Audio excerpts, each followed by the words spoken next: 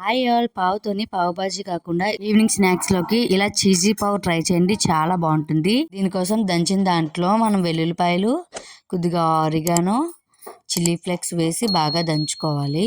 దంచుకొని పేస్ట్ చేసిన దాంట్లో కొద్దిగా మెల్ట్ అయిన బటర్ని అయితే వేసుకొని ఒక బౌల్లోకి ట్రాన్స్ఫర్ చేసుకోవాలి. ఇప్పుడు పావు బాజీ బ్రెడ్ పీసెస్ని అయితే తీసుకొని దీన్ని నేను చూపిస్తున్న విధంగా సగానికి కట్ చేసి ఇలా తీసుకోవాలి.